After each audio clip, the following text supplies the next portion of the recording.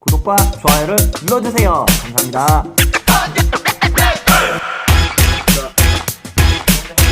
이시욱이라고 합니다. 오늘은 우리가 초등학교 때부터 길러지는 자존감이라는 거에 대해서 이 책을 가지고 책의 내용들을 요약해 가면서 조금 생각을 해보는 시간을 오늘부터 몇 시간에 걸쳐서 한번 해보도록 하겠습니다. 이 책은 윤지영 선생님이라고 오뚜기 선생님이 지은 건데 초등 자존감 수업이라는 책입니다. 자, 이 책은 정말 베스트셀러로서 많이 팔린 책이고요. 이 책을 제가 저자에게 부탁을 받고 지금 소개하는 건 아니고요. 제가 교육을 하는 입장에서 이 자존감이라는 거에 대해서 상당히 많은 공감을 느끼고 이 책에서 바탕으로 해서 어떤 교육이 제대로 이루어져야지 우리 학생들이 자존감을 가지고 이 세상을 좀 긍정적으로 보면서 이 험한 세상을 잘 좀 헤쳐나갈 수 있지 않을까 이런 생각을 해봅니다. 우리 주위를 보면 자존감이 좀 강한 친구들 그리고 자존감이 낮은 친구들 많이 볼 수 있습니다. 도대체 자존감이 뭐지? 이렇게 생각을 하실 거예요. 저도 이것에 대해서 생각을 많이 하지만 이 저자는 이렇게 이야기를 합니다. 자존감이 낮은 친구들은 학급에서 존재감도 약하고요. 자신감이 없어요. 그래서 친구들에게 다가갈 때도 되게 거절당하면 어쩌지? 이렇게 하면서 다가가기 매우 망설이면서 소극적인 아이가 됩니다. 하지만 자존감이 높은 친구들은 친구들도 두루두루 잘 사귀고요. 그리고 특별히 싫어하는 친구도 없고 특별히 좋아하는 친구도 없습니다. 그냥 두루두루 잘 사귀입니다. 인간관계 원만하고요. 그리고 특별히 트러블이 없다 이거죠. 그리고 만약에 어떤 시험을 못 치거나 실패를 하더라도 다음에 잘할 수 있어 이렇게 말하는 친구들 본 적 있죠. 자, 이런 사람이 바로 자존감이 높은 아이입니다. 우리는 이런 케이스로 키워 나가야 되지 않겠습니까?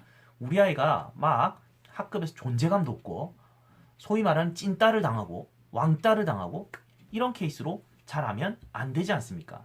그런 학생들이 대체로 자존감이 낮거든요. 그럼 이런 자존감은 우리 아이는 나와봤더니 처음부터 자존감이 낮았어. 이런 경우 없어요. 자존감은 어디서 형성이 되느냐? 바로 가정에서부터 시작됩니다. 성적을 관리해주는 학원은 있지만 자존감을 관리해주는 학원은 없어요. 자존감의 시작은 가정에서부터 시작이 되어야 하는 것입니다. 그러면 자존감을 어떻게 키우나요? 이렇게 하면 가장 중요한 것이 바로 아이를 믿어주는 것입니다. 우리 아이를 과연 우리는 믿고 있을까요? 아이를 믿어준다면 그러한 믿음을 가지고 엄마의 눈으로 아이는 세상을 바라보거든요. 엄마가 나를 믿어준다? 그럼 그런 믿음이 나에 대한 믿음이 되는 것입니다. 자신감이 생기고 나는 정말 쓸모있는 존재야. 이렇게 생각이 되는 그런 것들이 자존감이 높아지는 단계입니다. 그래서 우리가 아주 흔한 예를 드시고 있어요. 여기서는 예를 들어서 TV를 보는 학생에게 엄마는 이렇게 말을 하죠. 야, 또 TV 보는 거야? 과제 해놓고 지금 TV 보는 거야? 이러면 애는 엄마 이거 다 보고 하려고 그랬어요. 이렇게 하면 엄마는 맨날 거짓말만 하고 넌 스스로 도대체 하는 게 뭐야? 이러면서 자꾸 잔소리를 하게 되죠. 이렇게 믿음을 갖지 못하는 부모님들 있는 반면에 그래도 그래 그거 다 보고 해 믿을게 엄마가 이렇게 해주는 엄마가 있어요.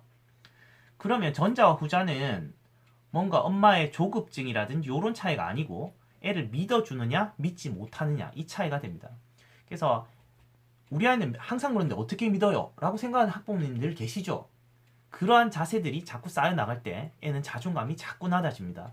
그러면 자꾸만 나는 엄마가 믿어주지 못하니까 난 항상 이런 애구나 이렇게밖에 생각을 못하는 거죠. 그리고 다른 예를 들면 예를 들어서 학급에서 준비물을 챙겨가는데 준비물을 항상 못 챙겨간다든지 아니면 매일 실내화를 잃어버리든지 이런 학생들이 있죠.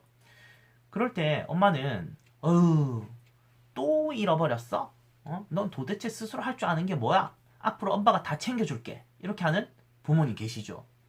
그렇게 하면 이 학생들은 자존감이 매우 낮아집니다. 스스로 챙기는 습관을 들이지를 못합니다. 그거에 반해서 조금 불안은 하지만 우리 아이는 아직 야물지 못해서 그래. 이제 초등 2학년인데 믿고 한번 지켜봐야겠다. 이런 학부모님들에게 자란 아이가 자존감이 스스로 높아집니다. 왜 그러냐면 자꾸만 잃어버리고 하면서 자기도 느끼는 게 있거든요. 그렇게 실패와 성공을 해보는 그런 것들이 반복적으로 학습이 됨으로 인해서 자기도 느끼고 스스로 그러한 실패와 성공이 균형을 잡아 감으로써 스스로 자기에 대한 믿음이 생기고 스스로 과제도 챙기게 되고 신뢰도 챙기게 되고 안 잃어버려야겠구나 이런 마인드가 생기게 되죠.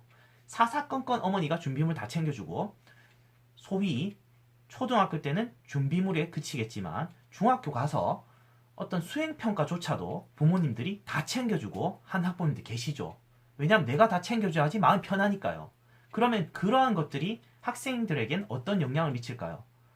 그 학생은 자존감이 매우 낮기 때문에 친구들 사이에서도 쟤는 엄마 아니면 못하는 애야 이렇게 낙인이 찍히게 돼요.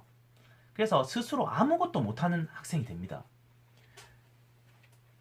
이러한 것들을 스스로 챙겨 나가는 그런 것들을 길러주기 위해서 수행평가를 내주는 것인데 그것조차도 학원에 문의를 하고 엄마가 다 챙겨주고 이런 것들이 쌓여 나갈 때 우리 아이는 과연 자존감이 자라날 수 있을까요?